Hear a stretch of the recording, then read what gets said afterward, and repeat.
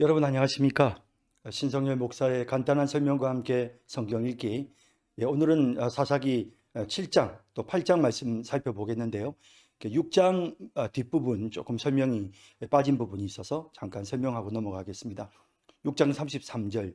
그때 미디안과 아말렉과 동방 사람들이 다 함께 모여 요단강을 건너와서 이스라엘 골짜기에 진을 친지라. 자, 이제 미디안, 아말렉, 동방 사람들이 이스라엘을 공격하기 위해서 이스라엘 골짜기에 진을 쳤습니다. 그때 여호와의 영이 기드온에게 임하시니 기드온이 나팔을 불매 아비에셀이 그의 뒤를 따라 부름을 받으니라. 이제 이 아비에셀은 그 므낫세 지파에 또 자기 아버지가 속해 있는 집안이죠.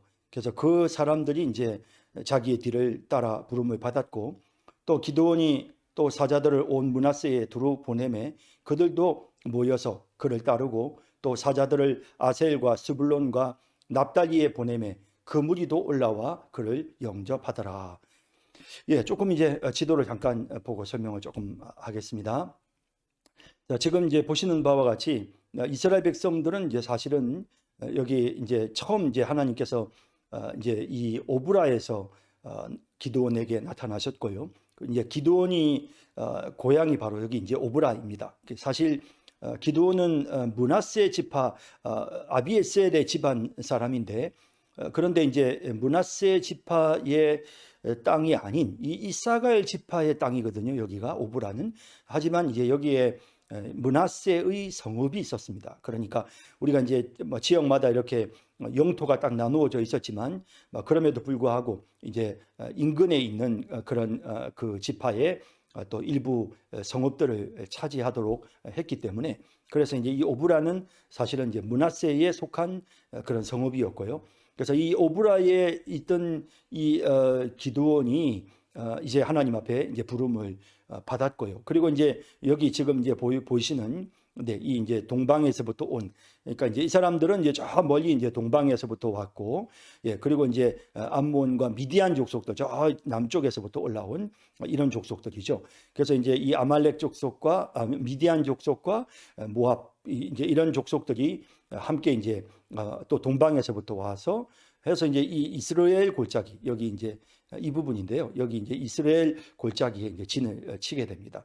이제 이스라엘 골짜기에 진을 치게 되고, 이제 이 병력이 이제 모레라고 하는 곳으로 옮겨가고, 또 이제 이스라엘 백성들은 이제 하롯샘 있는 곳에 오브라에서 하롯샘 있는 곳으로 모이게 되는데, 지금 이제 그 이스라엘 백성들이 기드온의 부름을 받아서 여기 이제 특히 이제 므낫세 그 지파에 있는 사람들이 이제 많이 이제 이렇게 모여서 기드온의 부름을 받아서 오게 되었고, 그리고 이제 여기 이제 아셀 지파, 저 위에 아셀과 스불론과 납달리. 왜냐하면 이제 주로 북부 지역에 이제 이 군대가 지금 동쪽으로 북쪽에 있는 이 이스라엘 골짜기에 집결을 했기 때문에, 그래서 주로 이제 북쪽 지역에 있는 그런 지파들이 함께 이제 연합을 해서, 그래서 이제 므낫세, 또 이사갈, 스불론, 납달리, 그리고 아셀, 뭐 이런 지파들이 함께 이제 힘을 합쳐서 함께 이제 이 이스라엘 골짜기에 있는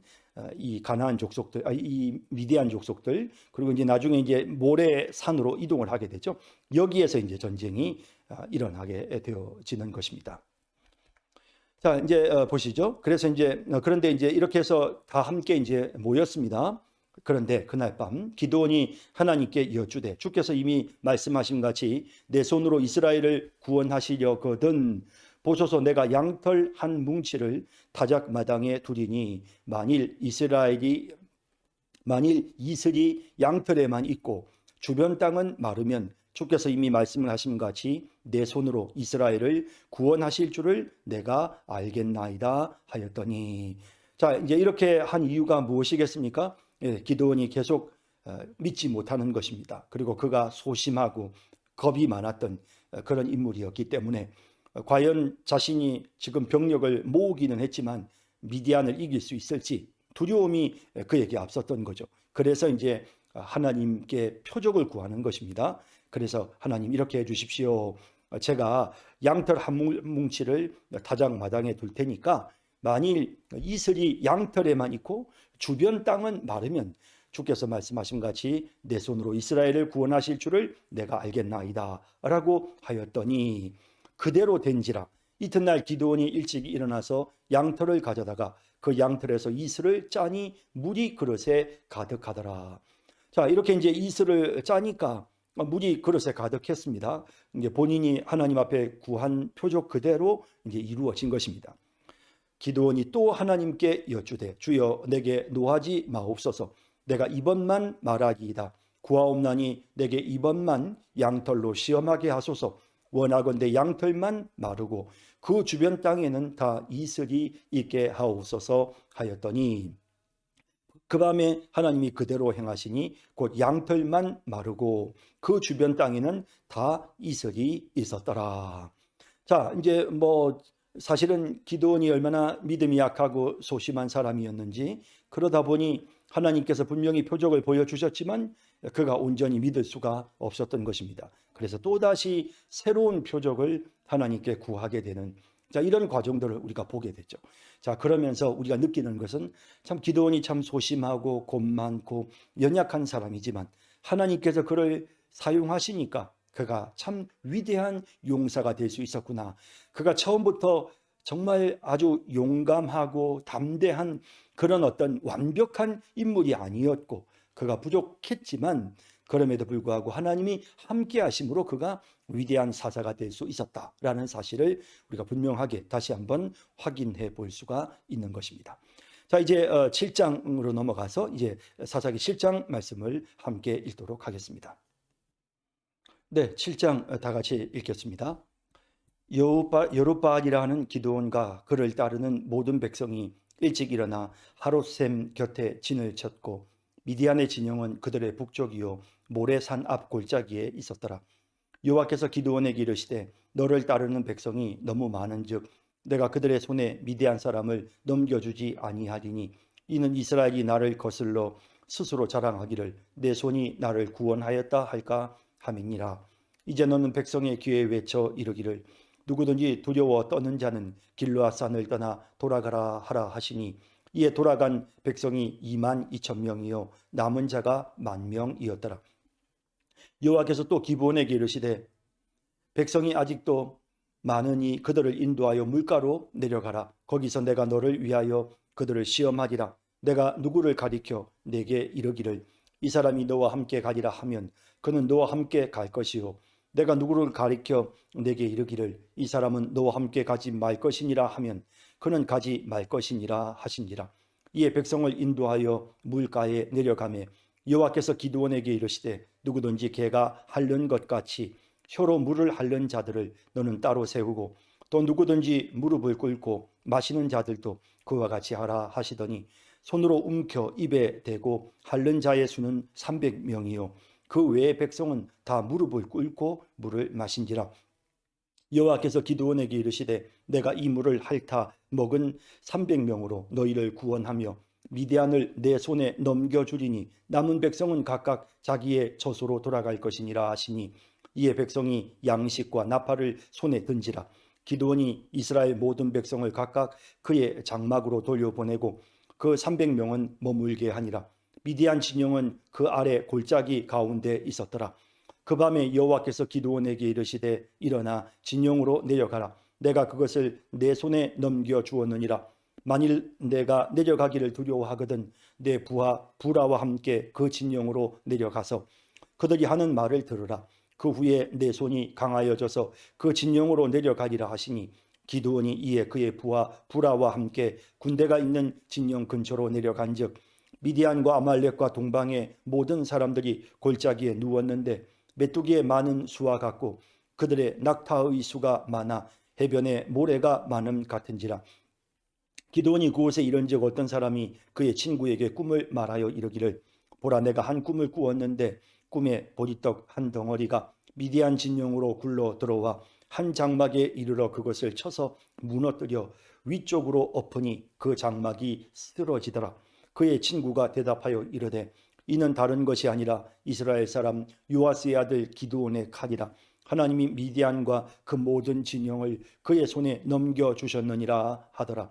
기드온이 그 꿈과 해몽하는 말을 듣고 경배하며 이스라엘 진영으로 돌아와 이르되 일어나라, 여호와께서 미디안과 그 모든 진영을 너희 손에 넘겨주셨느니라 하고 300명을 세 대로 나누어 각 손에 나팔과 빈 항아리를 들리고 항아리 안에는 횃불을 감추게 하고 그들에게 이르되 너희는 나만 보고 내가 하는 대로 하되 내가 그 진영 근처에 이르러서 내가 하는 대로 너희도 그리하여 나와 나를 따르는 자가 다 나팔을 불거든 너희도 모든 진영 주위에서 나팔을 불며 이르기를 여호와를 위하라, 기드온을 위하라 하라 하니라. 기드온과 그와 함께한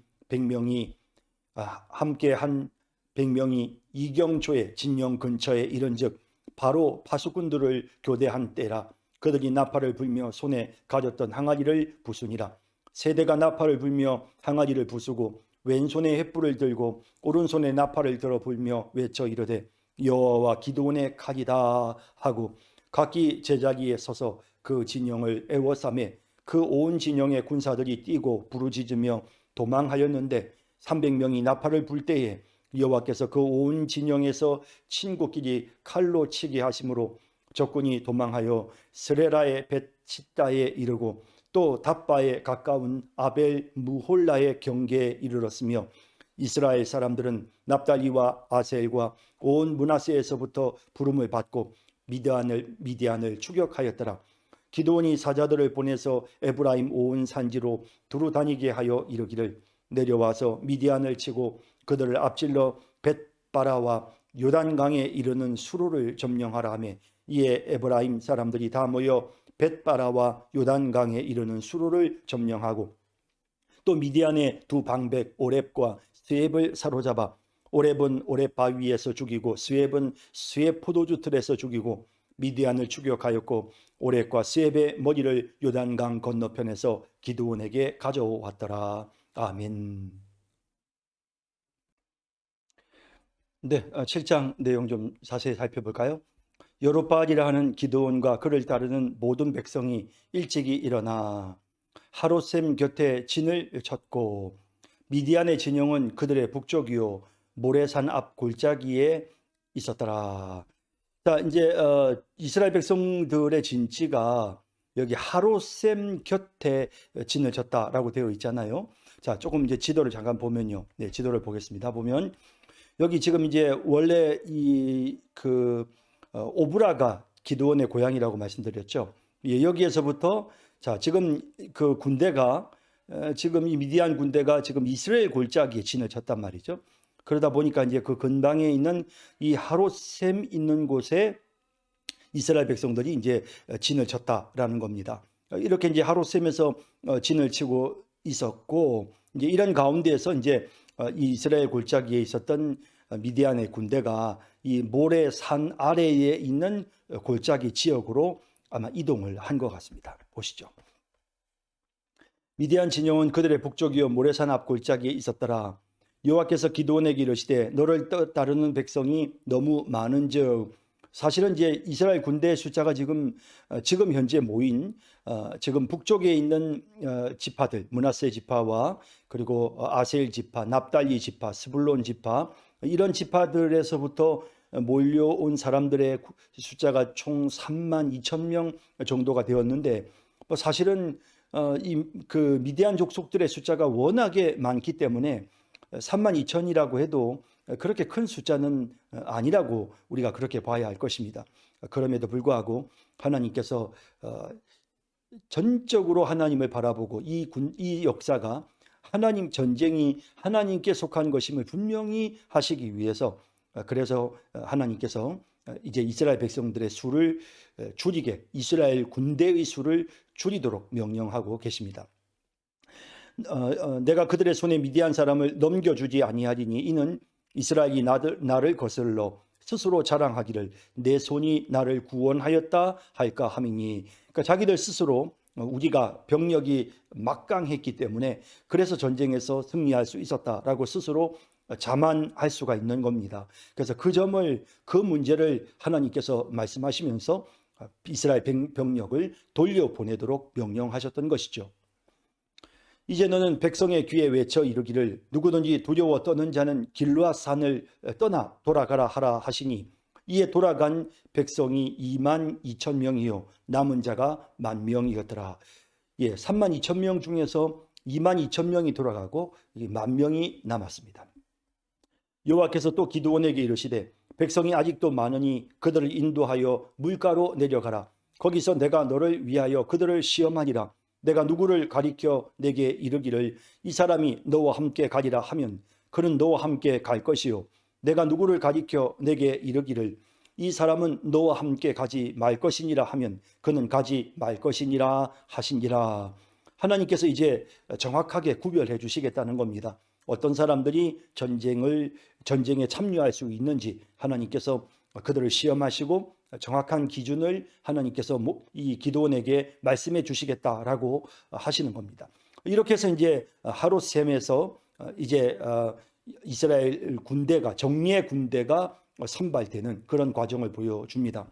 이에 백성을 인도하여 물가에 내려가매 여호와께서 기드온에게 이르시되 누구든지 개가 핥는 것 같이 혀로 물을 핥는 자들을 너는 따로 세우고 또 누구든지 무릎을 꿇고 마시는 자들도 그와 같이 하라 하시더니 손으로 움켜 입에 대고 핥는 자의 수는 300명이요 그 외의 백성은 다 무릎을 꿇고 물을 마신지라.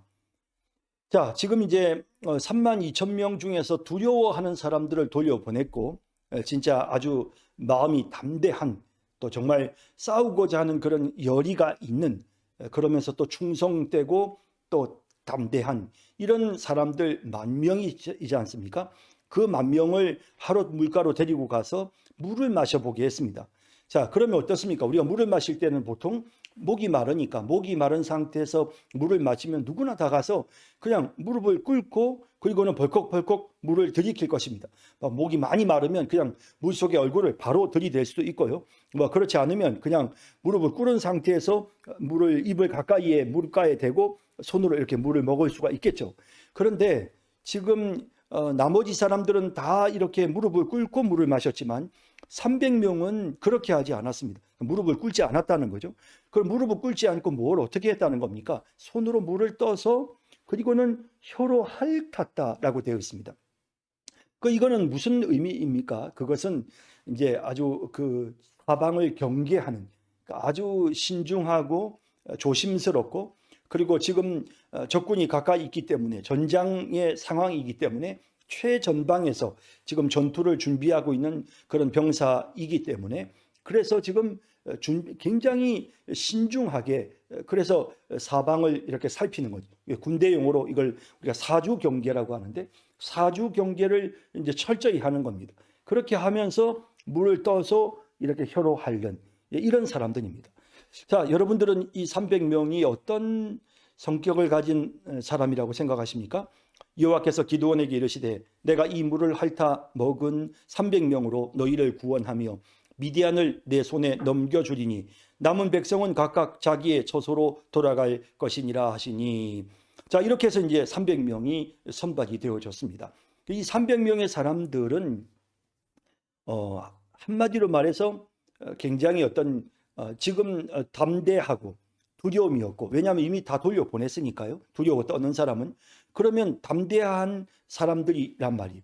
그런 상태에서 굉장히 이렇게 사주 경계를 철저히 하면서 그러면서 이제 이렇게 물을 마시는 물을 혀로 핥는 이런 부류의 사람인 고로 우리가 이 300명의 용사에 대해서 느낄 수 있는 느낌은 뭐냐면 매우 신중하고 매우 조심스럽고 또 그러면서도 아주 그 기민하고 조심스러운 지금 이제 수행하게 되는 전쟁이 굉장히 조용하게 이제 지금 적을 사방으로 이렇게 에워싸고 그리고는 사방으로 에워싼 상태에서 일제히 한꺼번에 이렇게 소리를 지르면서 이렇게 전쟁을 극대화시키는 이런 작전을 써야 되다 보니까 상당히 조심조심 움직일 수 있는 또 그러면서도 굉장히 좀 이렇게 어찌 보면 굉장히 좀 이렇게 그 세밀하고 소심한 그래서 어찌 보면 기드온이 보여주었던 그런 어떤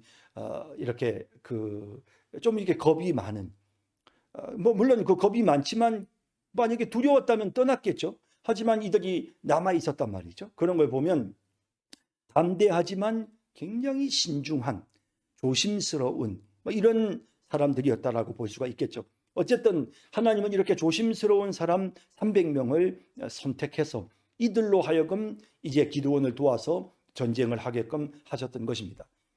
이에 백성이 양식과 나팔을 손에 든지라 기드온이 이스라엘 모든 백성을 각각 그의 장막으로 돌려보내고. 자, 이제 여기 나오는 내용은, 자, 그러면 지금 이제 아까 처음 이제 22,000명도 돌려보냈고, 그 다음에 이제 10,000명 중에서 300명을 제외하고 난 나머지 그러면 이제 9,700명이겠죠. 그 사람들을 이제 돌려보냅니다. 그러면서 양식과 나팔을 손에 든 그 백성들을 돌려보내는데 아마도 그 300명에게 그 양식과 나팔을 제공했을 가능성이 높습니다. 그래서 그 나팔을 일제히 300명이 다 불어야 되니까요. 그 300명은 머물게 하니라. 미디안 진영은 그 아래 골짜기 가운데 있었더라. 그래서 이제 모래산 그 골짜기 아래에 미디안 군대가 있었습니다. 그 밤에 여호와께서 기드온에게 이르시되 일어나 진영으로 내려가라. 내가 그것을 내 손에 넘겨 주었느니라. 만일 내가 내려가기를 두려워하거든 내 부하 부라와 함께 그 진영으로 내려가서 그들이 하는 말을 들으라. 그 후에 내 손이 강하여져서 그 진영으로 내려가리라 하시니 기드온이 이에 그의 부하 부라와 함께 군대가 있는 진영 근처로 내려간즉. 자, 이제 사실은 참 하나님께서는 우리 각 사람의 분량대로 역사해 주시는 것 같습니다. 그러니까 기드온이 계속해서 잘 믿지 못하고 의심하고 두려워하니까 하나님께서 그 기드온이 표징을 구할 때에 그 표징대로 하나님이 그 양털을 통해서 하나님께서 자신이 함께 하시고 전쟁에서 승리케 하신다라는 그런 분명한 사인을 하셨잖아요. 그 이전에 이미 여호와의 사자가 왔을 때 그 오브라에서 그 타작마당에서 이제 그 하나님의 사자에게 기드온이 이렇게 증표를 달라고 하면서 그러면서 이제 제물을 드릴 때에도 그때도 하나님이 자신의 존재를 보여주셨고요. 그리고 이 양털 표징을 통해서도 하나님이 보여주셨는데 그가 여전히 두려워한단 말이죠. 그래서 하나님께서 이번에 친히 직접 표징을 보여주시는 겁니다. 그래서 이제 미디안 군대가 있는 대로 진영이 있는 한가운데로 들어가라 라고 명령을 하셨습니다. 내려간즉 미디안과 아말렉과 동방의 모든 사람들이 골짜기에 누웠는데 메뚜기의 많은 수와 같고 그들의 낙타의 수가 많아 해변에 모래가 많음 같은지라. 사실은 이 정말 그 병력도 어마어마했고요. 또 거기다가 낙타도 많았다. 그러니까 이제 낙타라고 할 때에는 그 당시에 낙타는 굉장히 아주 그 유목 민족들에게는 최고의 이동 수단이었고 이제 그런 까닭에 상당히 어떤 그 전력이 막강했다라는 사실을 보여주는 이런 표현들입니다. 자, 그래서 이제 너무나도 이제 많은 그런 메뚜기처럼 많은 수 그리고 정말 해변에 모래가 많음 같은 그런 그 낙타들을 보면서 기가 죽었겠죠. 그런데 기드온이 그곳에 이른즉 어떤 사람이 그 이제 미디안 군대 속에서 나온 말입니다. 어떤 사람이 그의 친구에게 꿈을 말하여 이르기를 보라 내가 한 꿈을 꾸었는데 꿈에 보리떡 한 덩어리가 미디안 진영으로 굴러 들어와 한 장막에 이르러 그것을 쳐서 무너뜨려 위쪽으로 엎으니 그 장막이 쓰러지더라. 자, 이와 같은 이제 꿈을 꾼 것을 이 미디안 사람이 자기 친구한테 이야기하는 걸 기드온이 자기 부하인 부라를 데리고 가서 그 이야기를 이제 듣고 있는 겁니다. 숨어서 듣고 있겠죠. 그의 친구가 대답하여 이르되 이제 그 꿈을 해석합니다. 이는 다른 것이 아니라 이스라엘 사람 요아스의 아들 기드온의 칼이라. 하나님이 미디안과 그 모든 진영을 그의 손에 넘겨주셨느니라 하더라. 이 꿈을 미디안 사람이 직접 해석을 하는 겁니다. 기드온이 지금 이 꿈을 듣고는 자기가 마음속에 이렇게 해석을 한 것이 아니고 미디안 사람이 직접 해석을 하는 겁니다. 자, 그래서 보리떡 하나가 군대가 있는 곳으로 굴러 들어와 보리떡이라고 하면요, 이것은 그냥 일반적인 식사, 그것도 아주 가난한 사람들이 먹는 그런 그 떡입니다. 그러니까 보리떡 하나라고 하는 것은 비천하고 연약한 그런 것을 상징합니다. 아무것도 아닌 것 같은 그런 보리떡 한 개가 와서 그들의 장막을 쓰러뜨려 버립니다. 그 위쪽을 쳐서 장막을 엎어버립니다. 장막은 이 미디안 사람들은 주로 광야에서 장막에서 생활했기 때문에 아말렉 사람들도요. 그러다 보니까 이 장막이 엎어진다는 표현은 이건 자기들 민족이 전쟁에서 패배함을 상징하는 것이죠. 그래서 이 꿈을 그들이 스스로 해석하기를 기드온의 칼에 우리의 진영이 이 미디안과 그 모든 진영이 결국에는 패하게 된다라고 스스로 그렇게 꿈을 해석을 하는 겁니다. 그래서 그 꿈 해석하는 것을 기드온이 숨어서 이제 듣게 되는 겁니다. 기드온이 그 꿈과 해몽하는 말을 듣고 경배하며 이스라엘 진영으로 돌아와 이르되 일어나라 여호와께서 미디안과 그 모든 진영을 너희 손에 넘겨 주셨느니라 하고 믿음이 이제 확실하게 생긴 겁니다. 자, 300명을 세 대로 나누어 각 손에 나팔과 빈 항아리를 들리고 항아리 안에는 횃불을 감추게 하고. 자, 이제 이 전쟁 참 흥미롭지 않습니까? 지금 전쟁에 나가면서 무슨 칼을 챙기고 창을 챙기고 화살을 챙겨야 될 것 같은데 이들이 지금 손에 든 것은 나팔과 항아리, 그리고 항아리 안에 횃불, 이것밖에 없습니다. 아니 이걸 가지고 어떻게 전쟁을 한단 말입니까? 자, 그 항아리 안에다가 횃불을 감춥니다. 그래서 불을 감추어 가지고는, 그리고는 불이 이렇게 이제 불빛이 바깥으로 새어 나가지 않도록 그렇게 이제 횃불을 감춥니다. 그리고 그 다음에 뭘 하느냐 하면 그 다음에는 이제 나팔을 이제 든 겁니다. 그럼 항아리 들었죠, 나팔 들었죠. 뭐 그러니 다른 손에 뭐 다른 거 들 수가 있습니까? 항아리 안에 횃불을 감추고는, 그리고는 이제 그들이 조용하게 이동을 시작합니다. 그러면서 이 미디안 군대를 사방으로 이제 에워싸는 겁니다. 그들에게 이르되 너희는 나만 보고 내가 하는 대로 하되 내가 그 진영 근처에 이르러서 내가 하는 대로 너희도 그리하여. 자, 그래서 이제 기드온이 통솔을 해서 그 병력을 이끌고 그대로 지금 이제 이동을 하는 겁니다. 그렇게 해서 기드온이 앞에서 본을 보이니까 그 기드온이 본을 보이는 대로 따라가서 이제 사방으로 이제 에워싼 겁니다. 나와 나를 따르는 자가 다 나팔을 불거든 너희도 모든 진영 주위에서 나팔을 불며 이르기를 여호와를 위하라 기드온을 위하라 하라 하니라. 나팔을 불과 동시에 여호와를 위하라 기드온을 위하라 하라 이렇게 이제 소리를 지르는 겁니다. 그러면 한꺼번에 확 300명이 일제히 목소리를 높여서 나팔 소리와 더불어서 여호와를 위하라 기드온을 위하라 외치는 겁니다. 기드온과 그와 함께한 100명이 이경초의 진영 근처에 이른즉 바로 파수꾼들을 교대한 때라. 이 이경이라고 하면 대략 시간이 그 당시 구약 시대의 상황에서는 이경이라고 하면 그냥 한 10시부터 새벽 2시 정도까지 거기가 이경입니다. 그러니까 한 10시나 11시쯤 그 되었던 시간이고 그 시간에 이제 파수꾼들이 서로 교대를 하는 그런 때였습니다. 그들이 나팔을 불며 손에 가졌던 항아리를 부수니 나팔을 불고 항아리를 쨍 깨버리는 거예요. 자, 그러니 나팔을 불면 적의 군대가 지금 진격한다는 것이고요. 항아리가 부서지는 소리를 듣고는 이거는 이제 자기들의 막사가 완전히 이 이스라엘 군대에 의해서 짓밟히는 그런 소리로 들리는, 항아리가 깨지는 소리는 순식간에 그냥 이 막사가 이 장막들이 전부 다 박살나는, 이 이스라엘 군대에 의해서 미디안의 이 모든 그 장막이 다 박살나는 이제 그런 것으로 그들이 이제 오해를 하게 되는 거예요. 왜냐하면 지금 깊은 잠에 빠져 있는 시간이니까요. 세대가 나팔을 불며 항아리를 부수고 왼손에 횃불을 들고 오른손에 나팔을 들어 불며 외쳐 이르되 여호와와 기드온의 칼이다 라고 하는 겁니다. 나팔 불고 여호와와 기드온의 칼이다 라고 외치고 또 나팔 불고 여호와와 기드온의 칼이다 라고 하고 횃불을 이제 죽게 되는 겁니다. 그러니까 비록 300명의 용사 300명이 뭐 그렇게 인원이 많지는 않지 않습니까? 하지만 그럼에도 불구하고 그 항아리 소리와 더불어서 횃불을 들고 나팔을 부는 소리를 들을 때 이 기드온 미디안 군대는 엄청나게 많은 뭐 수십만 수백만의 그런 병력이 자기들을 공격하는 것 같은 그런 이제 착각에 사로잡히는 것입니다. 각기 제자리에 서서 그 진영을 에워싸매 뭐 앞으로 뭐 이렇게 이 사면에서 이렇게 좁혀 오는 것이 아니고 그냥 그대로 서 있는 겁니다. 그래서 서 있는 자리에서 에워싸고 서 있는 자리에서 나팔을 불고 소리를 지릅니다.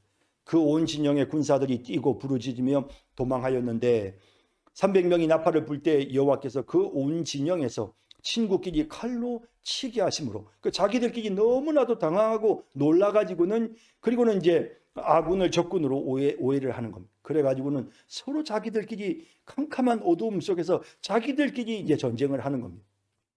적군이 도망하여 스레라의 베시다에 이르고 또 답바에 가까운 아벨 무홀라의 경계에 이르렀으며 이스라엘 사람들은 납달리와 아셀과 온 므낫세에서부터 부름을 받고 미디안을 추격하였더라. 전쟁의 소식이 또 알려지고 또 도움을 받아가지고 그래가지고는 막 병력이 더 증강이 되었겠죠. 그러면서 이제 미디안을 추격을 하게 되는 거예요. 도망가는 이 미디안 군대를 뒤쫓아가는 이런 상황이 되었습니다.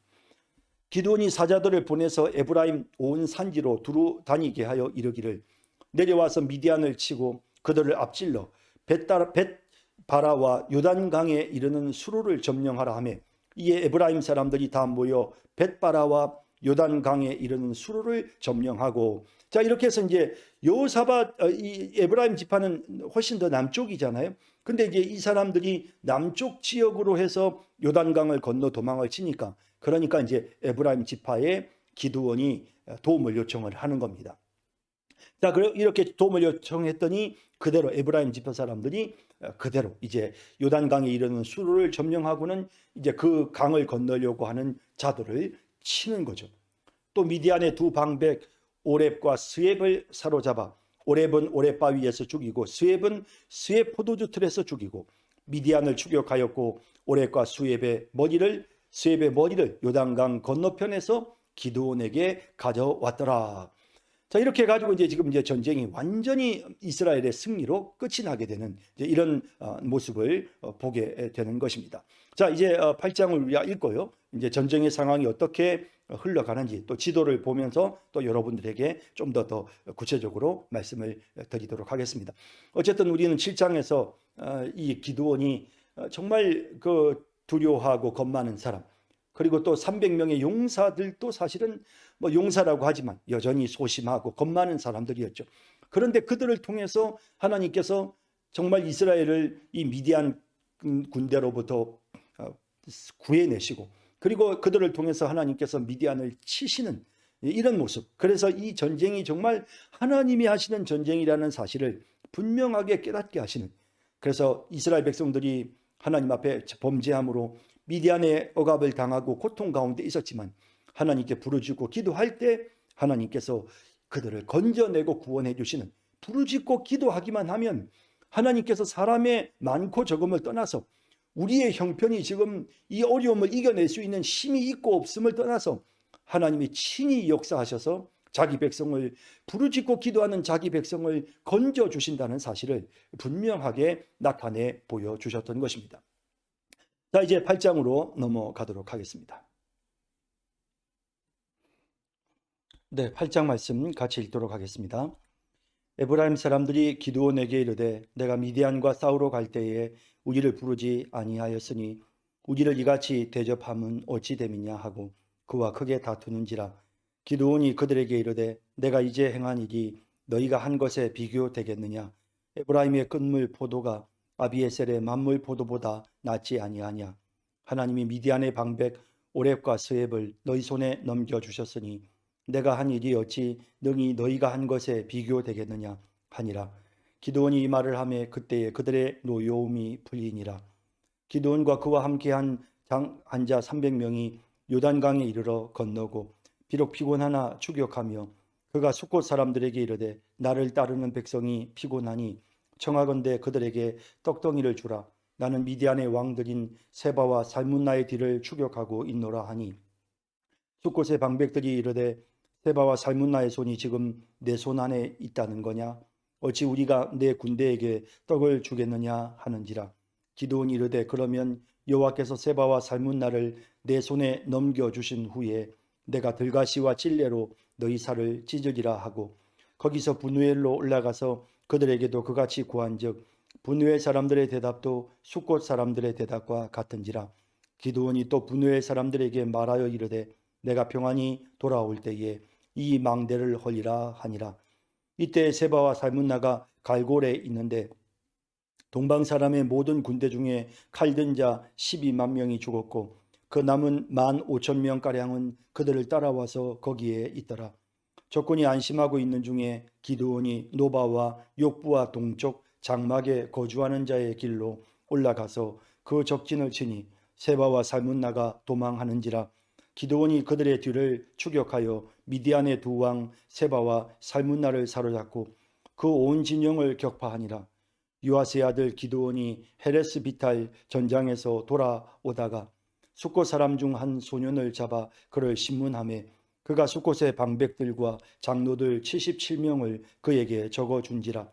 기드온이 숫곳 사람들에게 이르러 말하되 너희가 전에 나를 희롱하여 이르기를 세바와 살문나의 손이 지금 내 손안에 있다는 거냐, 어찌 우리가 내 피곤한 사람들에게 떡을 주겠느냐 한 그 세바와 살문나를 보라 하고 그 성읍의 장로들을 붙잡아 들가시와 찔레로 숫곳 사람들을 징벌하고 분우엘 망대를 헐며 그 성읍 사람들을 죽이니라. 이에 그가 세바와 살문나에게 말하되 너희가 다볼에서 죽인 자들은 어떠한 사람들이더냐 하니 대답하되 그들이 너와 같아서 하나같이 왕자들의 모습과 같더라 하니라. 그가 이르되 그들은 내 형제들이며 내 어머니의 아들들이니라. 여호와께서 살아계심을 두고 맹세하노니 너희가 만일 그들을 살렸더라면 나도 너희를 죽이지 아니하였으리라 하고 그의 맏아들 여델에게 이르되 일어나 그들을 죽이라 하였으나 그 소년이 그의 칼을 빼지 못하였으니 이는 아직 어려서 두려워함이었더라. 세바와 살문나가 이르되 내가 일어나 우리를 치라. 사람이 어떠하면 그의 힘도 그러하니라 하니 기드온이 일어나 세바와 살문나를 죽이고 그들의 낙타목에 있던 초승달 장식들을 떼어서 가지니라. 그때 이스라엘 사람들이 기드온에게 이르되 당신이 우리를 미디안의 손에서 구원하셨으니 당신과 당신의 아들과 당신의 손자가 우리를 다스리소서 하는지라. 기드온이 그들에게 이르되 내가 너희를 다스리지 아니하겠고 나의 아들도 너희를 다스리지 아니할 것이요 여호와께서 너희를 다스리시리라 하니라. 기드온이 또 그들에게 이르되 내가 너희에게 요청할 일이 있으니 너희는 각기 탈취한 귀고리를 내게 줄지니라 하였으니 이는 그들이 이스마엘 사람들이므로 금 귀고리가 있었음이라. 무리가 대답하되 우리가 즐거이 드리리이다 하고 겉옷을 펴고 각기 탈취한 귀고리를 그 가운데에 던지니 기드온이 요청한 금 귀고리의 무게가 금 1700세겔이요 그 외에 또 초승달 장식들과 폐물과 미디안 왕들이 입었던 자색 의복과 또 그 외에 그들의 낙타목에 둘렀던 사슬이 있었더라. 기드온이 그 금으로 에봇 하나를 만들어 자기의 성읍 오브라에 두었더니 온 이스라엘이 그것을 음란하게 위함으로 그것이 기드온과 그의 집에 올무가 되니라. 미디안이 이스라엘 자손 앞에 복종하여 다시는 그 머리를 들지 못하였으므로 기드온이 사는 40년 동안 그 땅이 평온하였더라. 요아스의 아들 여룻바알이 돌아가서 자기 집에 거주하였는데 기드온이 아내가 많음으로 그의 몸에서 낳은 아들이 70명이었고 세겜에 있는 그의 적도 아들을 낳았으므로 그 이름을 아비멜렉이라 하였더라. 요아스의 아들 기드온이 나이가 많아 죽음에 아비에셀 사람의 오브라에 있는 그의 아버지 요아스의 묘실에 장사되었더라. 기드온이 이미 죽음에 이스라엘 자손이 돌아서서 바알들을 따라가 음행하였으며 또 바알 브릿을 자기들의 신으로 삼고 이스라엘 자손이 주위의 모든 원수들의 손에서 자기들을 건져내신 여호와 자기들의 하나님을 기억하지 아니하며 또 요룻바알이라 하는 기드온이 이스라엘에 베푼 모든 은혜를 따라 그의 집을 후대하지도 아니하였더라. 아멘. 네, 이스라엘 백성들이 이제 전쟁을 지금 이제 이 모래 기드온의 부름을 받은 사람들 그 중에 또 300명의 용사가 이 모래 골짜기에서 이 모래산 아래에 있는 골짜기에서 전쟁을 하지요. 그래서 300용사가 그들 에워쌌고 그리고 자기들끼리 전쟁을 하고 또 그들을 이제 뒤쫓아가는 겁니다. 그래서 이제 이 미디안과 또 이 이 아말렉 사람들 그리고 동방에서부터 온 이 사람들은 이제 자기들이 벌써 이제 쪽 동방에서부터 왔고 또 미디안 저 남쪽 남동쪽에서부터 왔으니까 이제 이쪽으로 도망을 가는 거죠. 이제 도망가는 방향이 이쪽 방향입니다. 그래서 이제 그들이 이제 도망치는 과정에서 지금 이제 이렇게 병력이 도망친단 말이죠. 도망가는 과정에서 이 사람들이 이제 반드시 요단강을 건너야 되는 거죠. 근데 요단강을 건널 수 있는 이제 지역이 여기 이제 요단 나루토, 이제 요 부근이, 그러니까 세겜, 그러니까 에브라임 지파가 있는 지역, 이 지역에 이제 이 요단 나루토를 건너서 이들이 이제 도망치는 거죠. 그래서 이제 이들이 이곳을 건너갈 것을 알고 이제 기드온이 도움을 요청합니다. 에브라임 지파에. 그래서 이제 이 에브라임 지파에 도움을 요청을 해서 에브라임 사람들이 이제 디르사에서 이렇게 또 세겜에서 와서 이 벳바라라고 하는 이제 이스라엘 백성들이 건너는 곳이죠. 이 사람들이 이 미디안 군대가 이제 요단강을 건너는 지역입니다. 그래서 여기에 이제 대기를 하게끔 했죠. 그래서 에브라임 지파가 여기에 대기하고 있으면서 이 요단강을 건너려고 하는 무리들을 이제 치는 거죠. 그래서 이제 그때 전쟁에서 세바와 살문나를 아니 세바가 살문나가 아니고 이제 그들을 이제 뒤쫓아가서 그래서 그들과 이제 싸우러 가가지고는 오렉과 스엡이라고 하는 그 지도자, 뭐 군대의 지도자들이었겠죠. 그래서 오렉과 스엡을 이제 쳐서 멸하는. 그래서 굉장히 큰 이제 전과를 올리게 되고 이제 나머지만 이제 도망을 치는 이제 이런 상황이 되어진 거죠. 그래서 이제 기드온은 300용사를 이끌고 이제 계속 뒤쫓아가는데 문제는 이 에브라임 지파 사람들이 여기에서 이제 그 승리를 거두고 나서 오렉과 스엡을 이제 멸하고 전쟁에서 승리를 거두고 난 후에 아직 전쟁이 마무리가 되지 않았단 말이에요. 15,000명 정도 되는 병력이 도망치고 있었단 말이죠. 이제 이런 상황에서 기드온은 전쟁을 마무리를 지어야 되는데 느닷없이 이제 이 에브라임 지파 사람들이 기드온에게 문제를 제기합니다. 뭐라고 문제를 제기하냐면 왜 처음 전쟁을 시작할 때 이곳에서 모래에서 전쟁을 시작할 때 왜 우리를 부르지 않았느냐. 이제 그러면서 이제 문제를 제기하는 거죠. 뭐 앞서도 살펴보신 것처럼 북쪽 지역이었기 때문에 여기 이제 북쪽 지역에 있는 지파들, 므낫세, 그다음에 이사갈, 스불론, 납달리, 아셀 이렇게 북쪽에 있는 지파들이 함께 모여서 전쟁을 했단 말이죠. 그러니까 사실 이스라엘 백성들의 입장에서는 이 기드온의 입장에서는 너무 억울한 상황이지 않습니까? 그럼에도 불구하고 기드온이 이 에브라임 사람들을 적절하게 잘 겸손하게 설득을 하고 그리고 이제 이 에브라임 사람들의 노여움을 잠잠케 한 후에 이제 뒤쫓아가는 이런 모습을 보게 되죠. 자, 이제 본문 계속 살펴보도록 하겠습니다. 네. 에브라임 사람들이 기드온에게 이르되 내가 미디안과 싸우러 갈 때 우리를 부르지 아니하였으니 우리를 이같이 대접함은 어찌 됨이냐 하고 그와 크게 다투는지라. 기드온이 그들에게 이르되 내가 이제 행한 일이 너희가 한 것에 비교되겠느냐. 에브라임의 끝물 포도가 아비에셀의 만물 포도보다 낫지 아니하냐.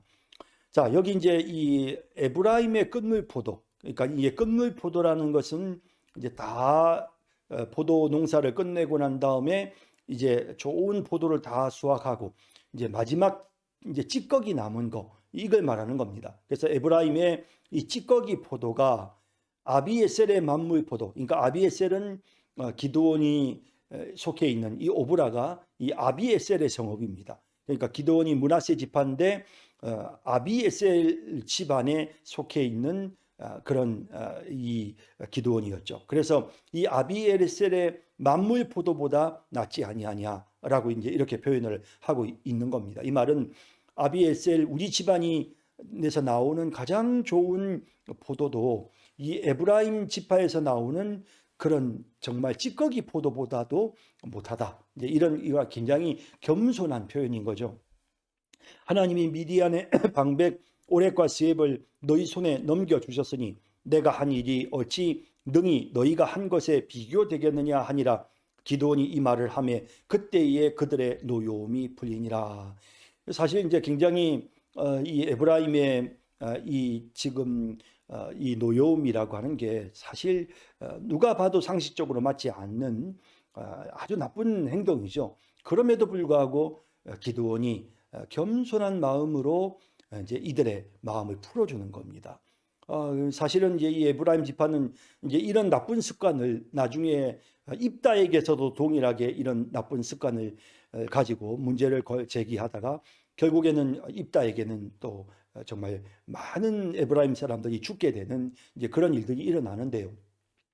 하지만 기드온은 그렇게 하지 아니하고 지금 이 상황을 지혜로운 말로 잘 풀었습니다. 그리고는 이제 자신에게 생긴 그 힘을 가지고 이제 전쟁을 마무리하기 위해 이제 뒤쫓아가는 것입니다. 기드온과 그와 함께한 자 300명이 요단강에 이르러 건너고 비록 피곤하나 추격하며 그가 숫곳 사람들에게 이르되 나를 따르는 백성이 피곤하니 청하건대 그들에게 떡덩이를 주라. 나는 미디안의 왕들인 세바와 살문나의 뒤를 추격하고 있노라 하니. 자, 여러분, 사실은 지금 이 기드온의 300명의 용사가 정말 대단하지 않습니까?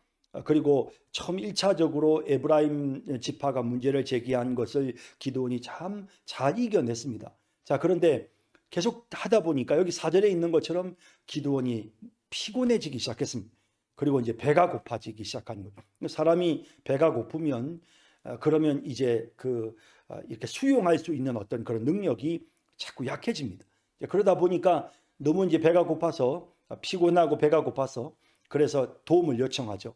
떡덩이를 좀 먹을 걸 좀 달라. 나는 지금 미디안의 왕들인 세바와 살문나의 뒤를 추격하고 있다라고 했습니다. 숫곳은 사실은 이 가지파의 성읍이고 사실 이 숫곳은 이스라엘 백성들이라. 그래 당연히 이런 전쟁을 마무리 짓기 위해서 달려가는 기드온을 위해서 호의를 베푸는 게 너무나도 당연하죠. 그럼에도 불구하고 호의를 베풀지 않습니다. 숫곳의 방백들이 이르되 세바와 살문나의 손이 지금 내 손 안에 있다는 거냐? 어찌 우리가 내 군대에게 떡을 주겠느냐 하는지라. 300명을 이끌고 15,000의 병력을 뒤쫓아가는 이런 기드온 군대의 모습을 기드온을 볼 때에 마음이 혹시라도 괜히 기드온을 도와주었다가 나중에 무슨 뒤탈이 생기는 건 아닌가 하는 그런 생각을 했을 수 있죠.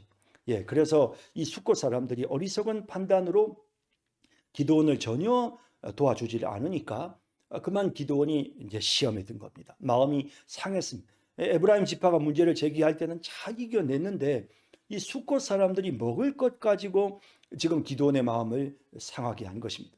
기드온이 이르되 그러면 그리고 이제 자기를 무시한다는 생각이 들었겠죠. 그러니까 먹을 걸 좀 달라고 했더니 주지도 않고 지금 내 손 안에 뭐 세바와 살문나가 있다는 거냐라고 하면서 이제 무시하는 거죠. 그러니까 이제 이걸 참 이제 사실 우리가 성경에도 보면 예수님께서 무엇을 먹을까 무엇을 입을까 염려하지 말라. 그러니까 이 먹는 거는 배고픔의 문제지만 입는 거는 다른 사람들에게 내가 어떻게 보여지는가 그거거든요. 사람들이 지금 나를 이렇게 형편없는 사람으로 취급하니까 자신의 명예가 실추되고 자신의 이 배고픔의 문제가 찾아오니까 기드온이 그만 시험에 들어버렸습니다.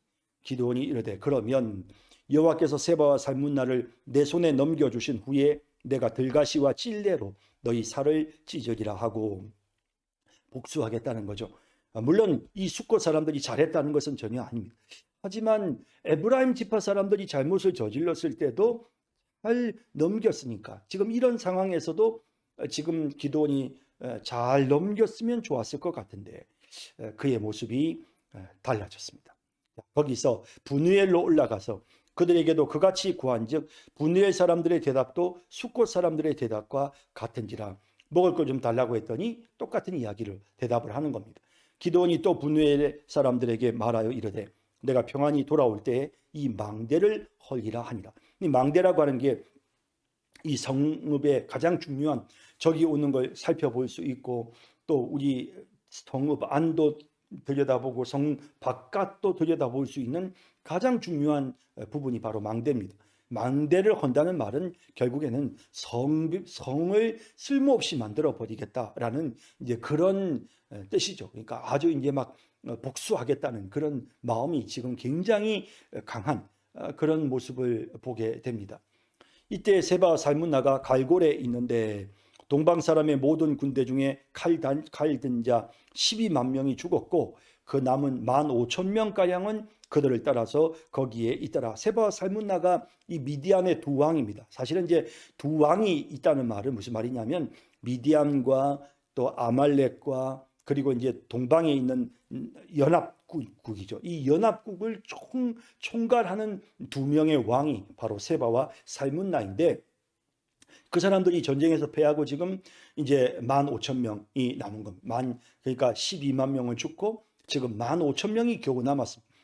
이제 그런데 그들을 끝까지 뒤따라가서 거기에 있더라. 적군이 안심하고 있는 중에 기드온이 노바와 욕부와 동쪽 장막에 거주하는 자의 길로 올라가서 그 적진을 치니 세바와 살문나가 도망하는지라. 기드온이 그들의 뒤를 추격하여 미디안의 두 왕 세바와 살문나를 사로잡고 그 온 진영을 격파하니라. 요아스의 아들 기드온이 헤레스 비탈 전장에서 돌아오다가 자 이제 잠깐 이제 우리 지도를 좀 잠깐 볼까요? 자 지금 이제 앞서 제가 이 벳바라 말씀드렸잖아요. 에브라임 지파 사람들이 이 벳바라에서 요단강을 건너는 이 미디안 군대를 치는 그리고는 이제 기드온에게 문제를 제기했지만 기드온이 이제 그걸 잘 극복을 하고 이겨냈는데 이제 이 미디안 군대가 숫곳을 지나 브누엘로 해서 지금 이 경로로 이제 도망을 치는 거죠. 야복강을 따라서 이제 이 경로로 도망을 치는 겁니다. 이 브누엘이라고 하는 것은 이제 브니엘 여러분 아시죠? 브니엘의 또 다른 명칭인데 하나님의 얼굴을 보았다. 그렇게 해서 야복강가에서 야곱이 이름을 브니엘이라고 이름을 지었던 바로 그 도시입니다. 그래서 이제 이 숫곳과 브누엘은 분명히 이건 가지파의 두 성읍이었거든요. 그러니까 이건 이스라엘 백성들의 성읍이었는데도 불구하고 지금 기드온을 전혀 도와주지를 않은 것입니다. 그래서 그냥 계속해서 뒤쫓아가죠. 그래서 이 성읍을 따라서 계속해서 뒤쫓아가서 나중에 욕브하 그 다음에 노바 있는 이쪽까지 도망을 치는 그래서 그 뒤를 끝까지 이제 추적을 하는 그런 모습을 보게 됩니다. 그렇게 해서 이제 그 적군을 쫓아가서 이제 전쟁에서 크게 승리를 거두게 되어졌다는 것이죠. 자 이렇게 해서 이제 그 지역이 바로 이제 헤레스 비탈인데 그 지역에서 전쟁을 끝마치고 돌아오게 되었습니다. 자 그렇게 돌아오는 길에 드디어 이제 응징을 합니다. 숫곳 사람 중 한 소년을 잡아 그를 신문하매 그가 숫곳의 방백들과 장로들 77명을 그에게 적어준지라. 예, 그래서 방백들과 장로들 지도자들이죠. 지도자들 77명의 이름을 이제 적어주었습니다. 한 소년을 붙잡아 가지고는. 그리고는 기드온이 숫곳 사람들에게 이르러 말하되 너희가 전에 나를 희롱하여 이르기를 세바와 살문나의 손이 지금 내 손 안에 있다는 거냐?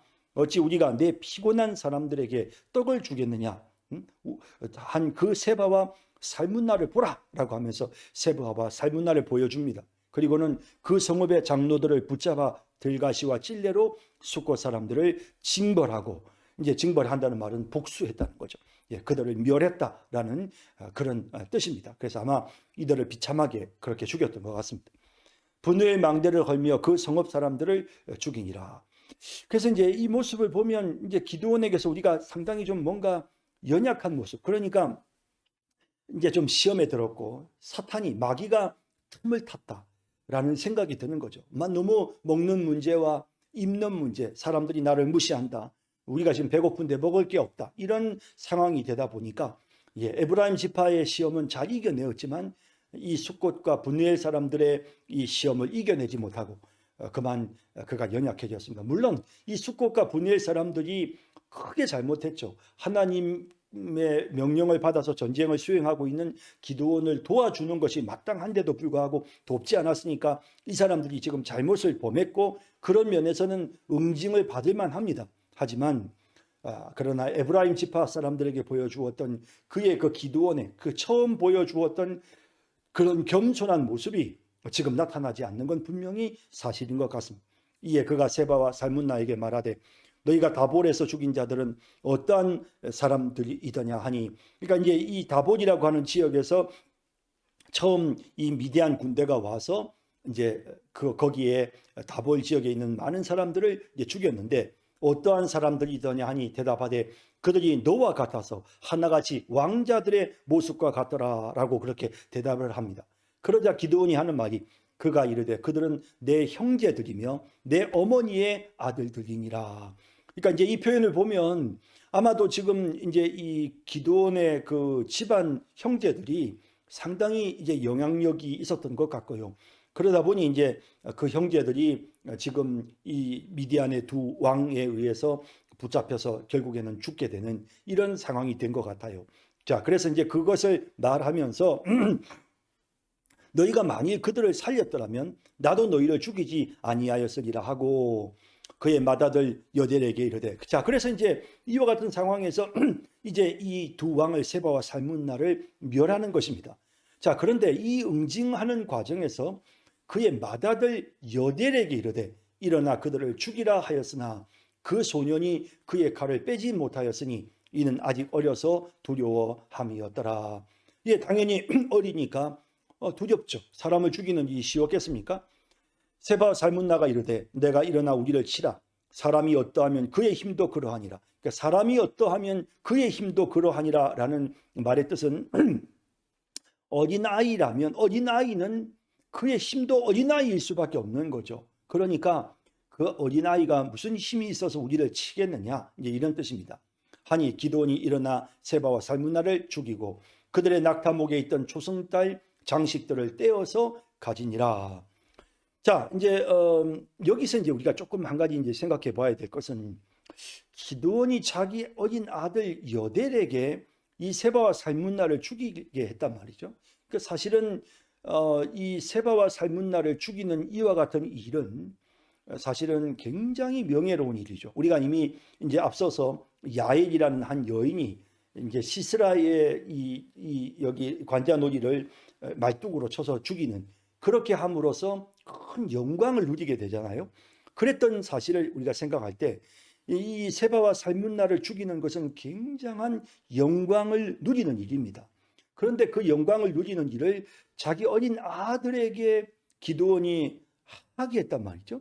이런 걸 보면 기드온에게 조금 자기 자식에게 뭔가 어떤 권세나 어떤 명예와 영광을 주려고 하는 이렇게 이렇게 넘겨주려고 하는 그런 마음이 기드온에게 있었다는 사실도 우리가 좀 느낄 수가 있는 겁니다. 그래서 사실은 기드온의 이제 연약한 모습들이 계속 나타나는데 숫곳 사람들에게 한 행동이나 또 분우엘 사람들에게 한 행동이나 그리고 자기 아들을 내세워서 지금 이 전쟁에 이런 세바와 살문나와 같은 왕을 죽이게 하는 이런 행동도 사실은 그 적합한 행동이 아닌 거죠.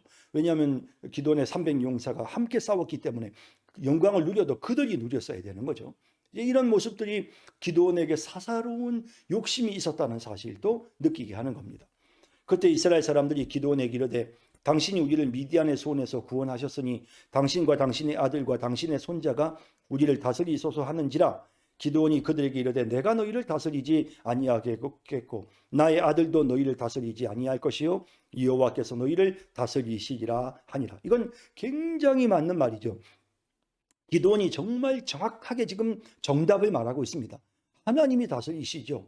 예, 이건 정말 맞는 이야기입니다. 이스라엘 백성들은 이 사실을 잊지 않고 기억해야 했습니다. 그러나 그럼에도 불구하고 기드온의 연약한 모습들이 이어지는 것을 보면 사실은 기드온은 지금 말은 이렇게 하고 있지만 실제로는 지금 그가 거의 왕노릇을 하고 있는, 왜냐하면 이미 숫곳과 분우엘 사람들에 대한 그런 복수라든지 또 자기 어린 아들 여델을 내세우는 이런 모습이 벌써 그에게서 어떤 사사로운 욕심을 느끼게 하는 부분들이 나타나기 시작하고요. 기드온이 또 그들에게 이르되 내가 너희에게 요청할 일이 있으니 너희는 각기 탈취한 귀고리를 내게 줄지어다 하였으니 이는 그들이 이스마엘 사람들이므로 금 귀고리가 있었습니다. 자, 지금 미디안과 이 동방에서부터 온 사람이나 그 다음에 이 아말렉 족속이나 이런 사람들에게서 이 사람들은 다 사막에 광야에 사는 사람들이기 때문에 그 당시에 광야에 있었던 자들에게는 금으로 된 금고리 장식품이 있었다는 거죠. 그래서 이제 그 금고리 장식품을 내놓으라고 요구를 합니다.